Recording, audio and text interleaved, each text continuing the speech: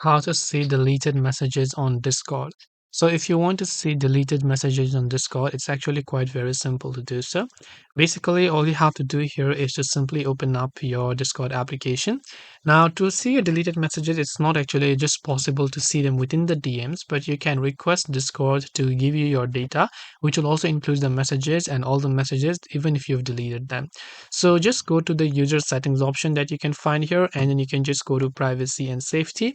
Once you go to privacy and safety, here you can see user settings. You can simply scroll down right here, and here you can see request all of my data. Now in my case, I've actually already requested a data. That's why you're seeing this particular option. Now when you click on request data, it will give you option. Just select the messages option from there. So select only messages.